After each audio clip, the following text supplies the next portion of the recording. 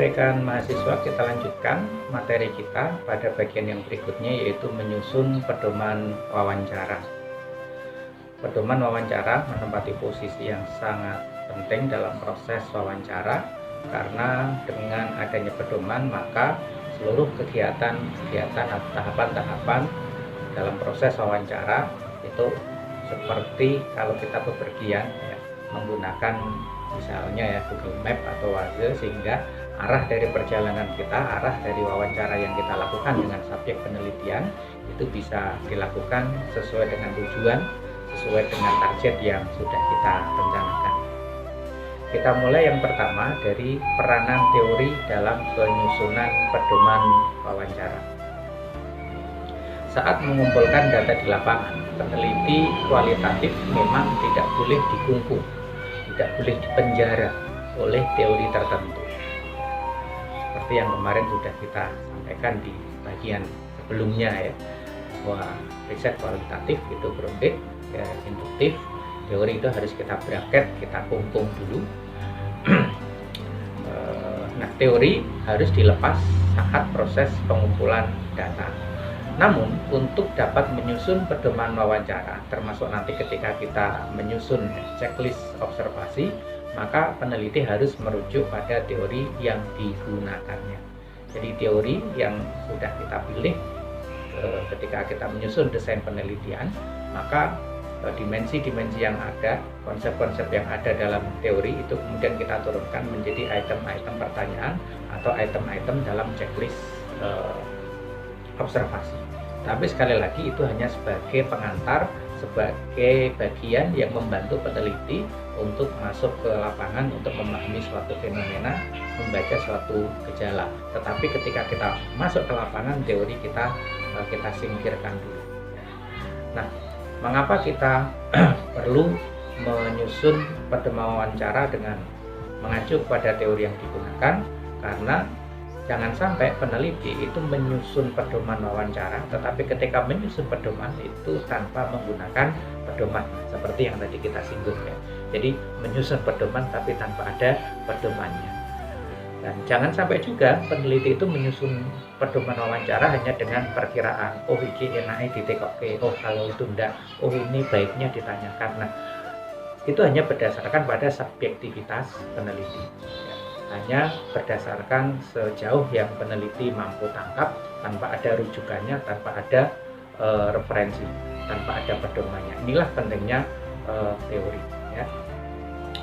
Baik, kemudian yang berikutnya yang perlu dipahami oleh peneliti, bahwa yang namanya pedoman wawancara, sepenting apapun itu, tetapi dia bukanlah kitab suci yang bisa kita kayaknya. Kalau kitab suci itu kan tidak bisa kita ubah ya. Walan tajida li sunnatillahi tabdila. Tidak ada tahrif, tidak ada perubahan dalam Al-Qur'an. Kalau undang-undang dasar ya masih bisa diamandemen, tapi kalau kitab suci tidak. Nah, pedoman wawancara itu bukan kitab suci. Pokoknya pertanyaannya ada 10 ya, yang saya ajukan ya hanya ini, ya hanya 10 ini. Tidak begitu dalam riset kualitatif. Nah, tapi yang pertama yang perlu dipahami adalah wawancara mendalam atau in-depth interview itu bersifat semi terstruktur dan bahkan terbuka. Nah, jadi dalam riset kualitatif, ketika kita melakukan pendalaman data dengan cara melakukan wawancara mendalam atau in-depth interview, maka pertanyaan atau pedoman wawancara itu sifatnya semi terstruktur. Jadi ya yang nanti fleksibel, nanti lentur ketika kita masuk ke lapangan. Bahkan terbuka. Terbuka itu artinya bahwa jawaban bisa apa saja, pertanyaan juga bisa berkembang sedemikian rupa.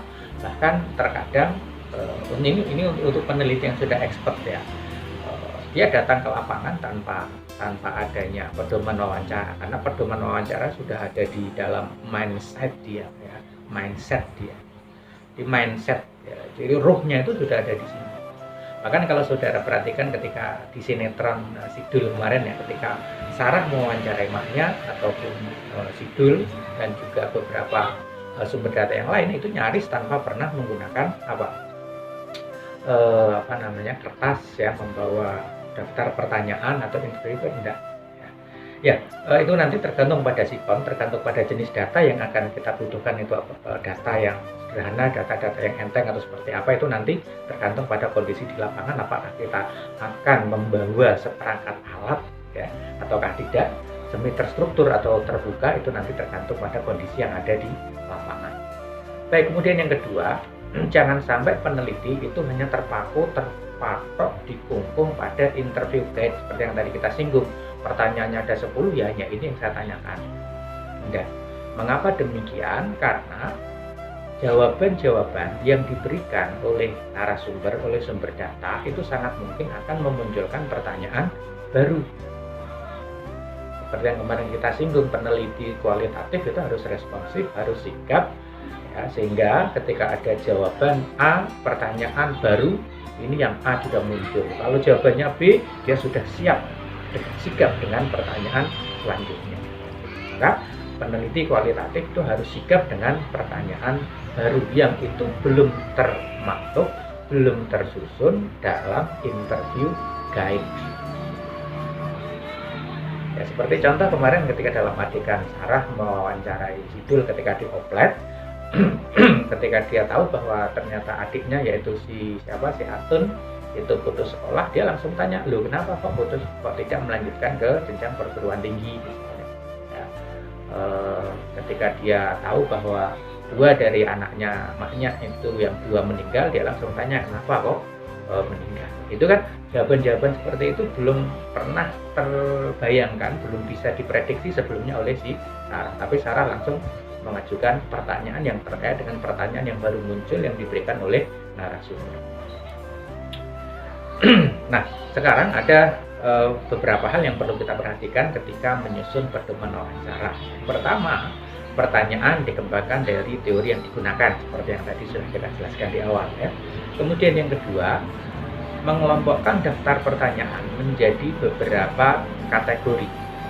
Jadi menjadi beberapa kategori atau menjadi beberapa kelompok, beberapa klaster ya, terserah itu mengistilahkannya apa.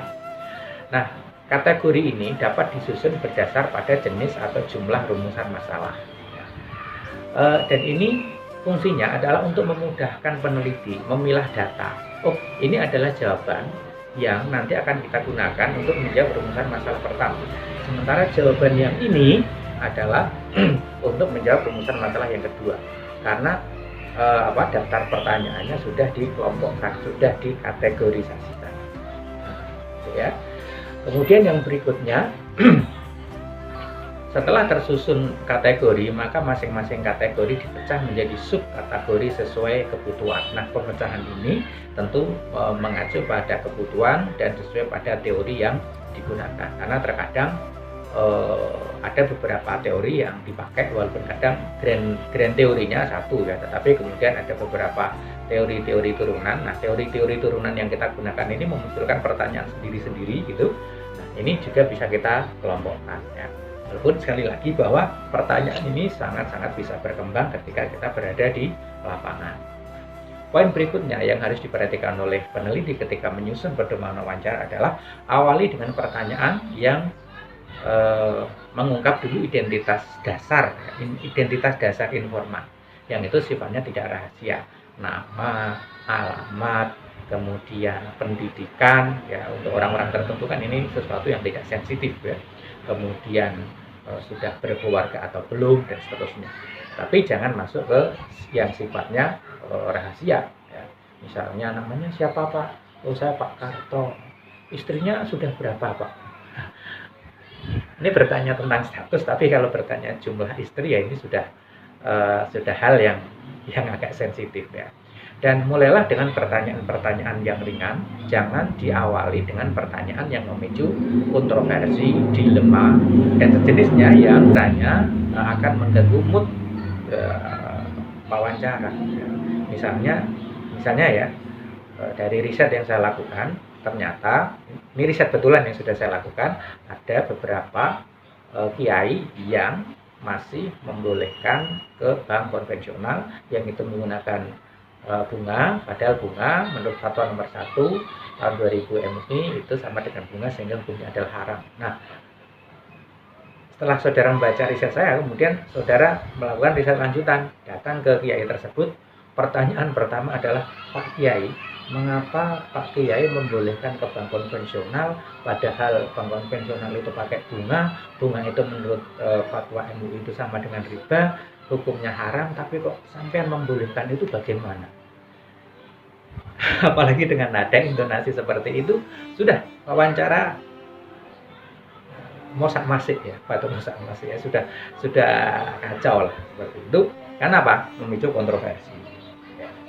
Sesuatu yang mestinya kita maksudnya adalah pelan-pelan, smooth ya, yang terkadang subjek yang kita teliti terkadang tidak sadar bahwa ternyata pertanyaannya adalah sesuatu yang sebetulnya sifatnya sensitif. Tetapi ketika ritmenya, kemudian iramanya itu mengalur enak, santai, obrolannya juga ringan, ya ringan dalam artian cair gitu ya, maka hal-hal seperti itu bisa dengan mudah keluar, ya. Bisa dijawab dengan smooth, dengan tanpa beban oleh sumber data. Nah, pertanyaan utama yang terkadang sensitif diajukan ketika suasana sudah kondusif, sudah terbangun dengan baik, jarak psikologis antara periset dengan subjek juga nggak ada, kemudian jawaban-jawaban diberikan secara lancar tanpa beban, dan ya semuanya itu perlu diperhatikan oleh peneliti. Jadi ketika kita akan mengajukan pertanyaan itu filosofisnya, filosofi itu seperti obat nyamuk akar. Jadi bertanyanya ke hal-hal yang sifatnya apa? Yang dari pinggir-pinggir dulu, ya. Namanya, alamatnya, ya. Kalau sudah berkeluarga, sampun pinten Pak putrane, gitu ya kira-kira ya. Begitu seterusnya. Nah, kalau kemudian misalnya kita meneliti tentang poligami ya, poligami baru kita tanyakan di sini, Pak, panjenengan kan keluarga selain yang ada di sini. Nah itu kira-kira, tapi itu nanti setelah kita sudah masuk, ya, ketika kita sudah masuk dalam proses yang lebih lama. Nah itu yang perlu diperhatikan oleh peneliti. Maka dulu tahun berapa ya, sekitar tahun 2005 atau 2006 ya, di satu provinsi, nggak perlu saya sebut namanya, tempat saya kuliah lah pokoknya ya, ada sebuah riset yang melaporkan bahwa lebih dari 70% mahasiswi S1 atau strata 1 di provinsi tersebut, ya mahasiswa yang kuliah di provinsi tersebut, more than 60% itu sudah tidak virgin lah, ya not virgin. Mahasiswa di provinsi itu ratusan ribu. Kemudian ketika menyimpulkan 60% lebih, gimana caranya? Karena pertanyaan tentang hal itu sangat sensitif. Itu kan bisa sampling, oke lah kalau sampling kuantitatif iya.